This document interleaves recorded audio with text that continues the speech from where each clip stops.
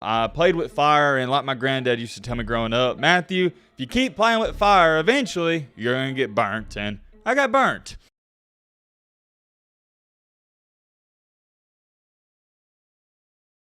Well, I've made a drastic mistake, and I've had a severe lapse in judgment, and I committed a cardinal sin. And what's really funny about all this is that right after I did it, matter of fact, one of my buddies texted me, and he'll probably be watching this video, and he was like, man, I can't believe you did that. That's a cardinal sin. You can't do that. Oh, man. And to tell you the truth, even when I did it, I didn't want to do it, and I didn't feel good about it. There was something about me telling me at night when I went to sleep, yep, that was the wrong choice and the wrong decision, and yeah, turns out it was. But just like they say, hindsight's 20/20. I tried to roll the dice, I did. I tried to gamble, and it didn't turn out to be my favor. It is what it is, but sometimes in life, things like this are going to happen. Now, if you are completely lost and you're sitting there going, Matt, what in the crap did you do? What's going on? I'm about to inform you. I broke one of my own personal cardinal rules. I committed the cardinal sin. I bet against Nick Saban. I've only done this one other time in my entire life, and in that time, I was right. 2 years ago in the championship game, 2021, I predicted Georgia to beat Nick Saban. This was the first time I ever picked against Nick Saban since he joined Alabama in 2007, and I was right. Georgia winds up beating Alabama, and I'm 1-for-1 against Nick Saban. Fast forward in time into our recent date, I picked Texas A&M to beat Alabama. And I can't emphasize this enough. It's not because I wanted to, and I also need to throw this in there. Guys, just because Alabama's my team, it's not going to persuade my judgment on the game, and I hope y'all can respect that. Because I had a lot of people say, Matt, you're a traitor, man. You're supposed to be an Alabama fan. You're a fake fan. Like, what? How does me calling a game make me a fake fan? That doesn't make sense to me, but I understand your perspective because most diehard fans are never going to pick against their team, and I can respect that. But for me, at least, I've said it before, I'm going to say it again. Yes, I'm a Bama fan, but before I'm a Bama fan, I'm a college football fan. I try to be as unbiased as I can, and I also hope y'all can respect that. Let me put it this way, and we're going to move on and talk about this game. I'm not just going to pick Alabama to win a football game because that's my favorite team. And what's really funny about this is after the game, you know how we do the live reactions. Well, I was hype, and I was like, yeah, everybody doubted us, this and that, and blah, blah, blah, blah. And a lot of you in the comment section were saying stuff like this.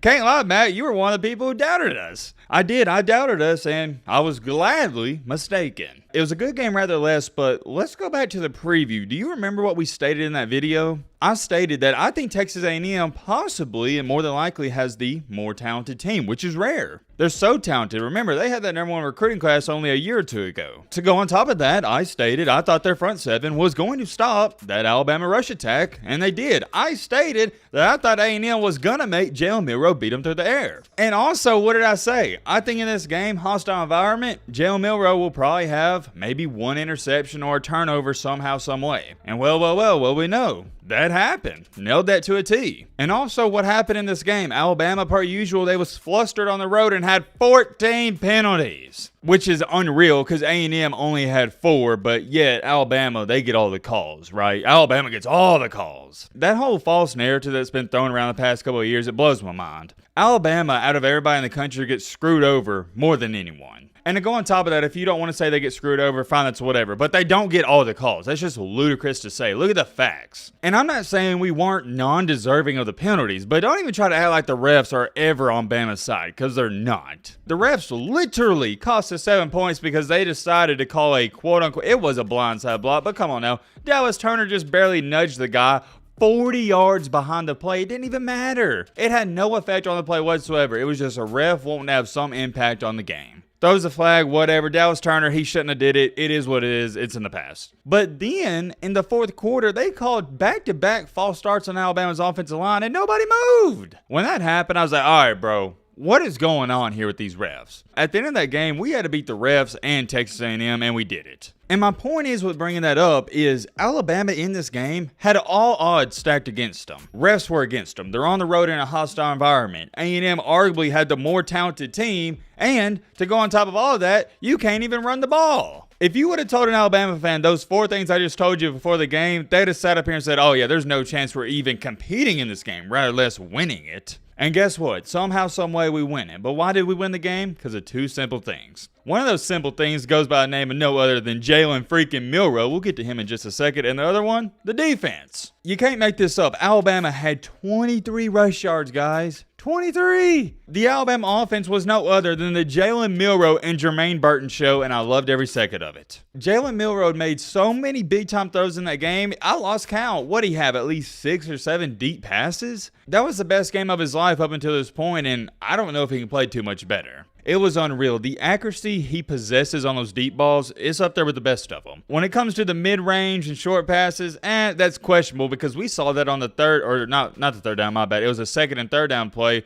when we were going in right before the pass to Jermaine Burton. Not the slant route, but the one in the back right corner of the end zone. On the previous play, he had Jermaine Burton wide open for a touchdown and completely missed him. I'm like, oh, crap. How do you miss that, Milroe? And then the following play, he makes an NFL caliber throw in the back right corner of the end zone. I'm like, well, that's Jalen Milroe for you. He can make the hardest throw of his life, but he can't make the simplest one. But I don't care. I'll take it. That was awesome, all fine and dandy. On the flip side of the ball for the Bama defense, they couldn't have played too much better. You got to remember, Texas A&M, yeah, they had 20 points, but Alabama gifted them about 10 of those. They took a punt return back to the 20, and on the next play, they scored a touchdown. Is that really on the defense? I don't know. And then also, Jalen Milroe, he had the interception. Then on the next play, the defense intercepts Max Johnson.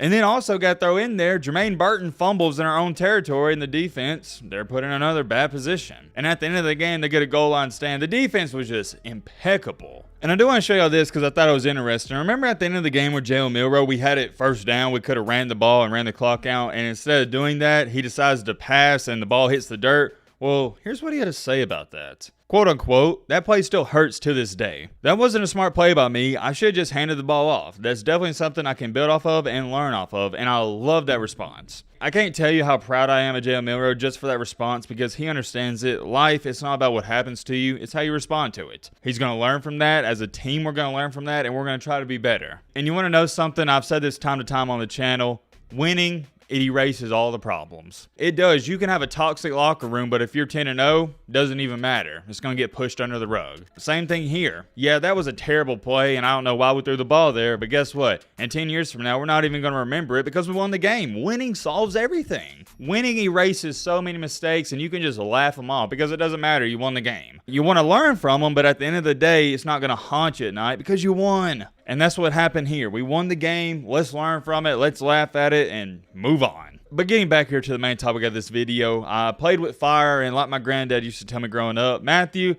you keep playing with fire, eventually you're going to get burnt. And I got burnt. I'd play with fire. I bet against Nick Saban, committed the cardinal sin, and I got burnt. Simple as that. I'm not going to ruin any of my predictions heading forward because we got a lot of big-time games. We still got Tennessee left, LSU, and Kentucky. I don't think that's a guaranteed win. Heck, I think Arkansas is a decent team. We play them this Saturday.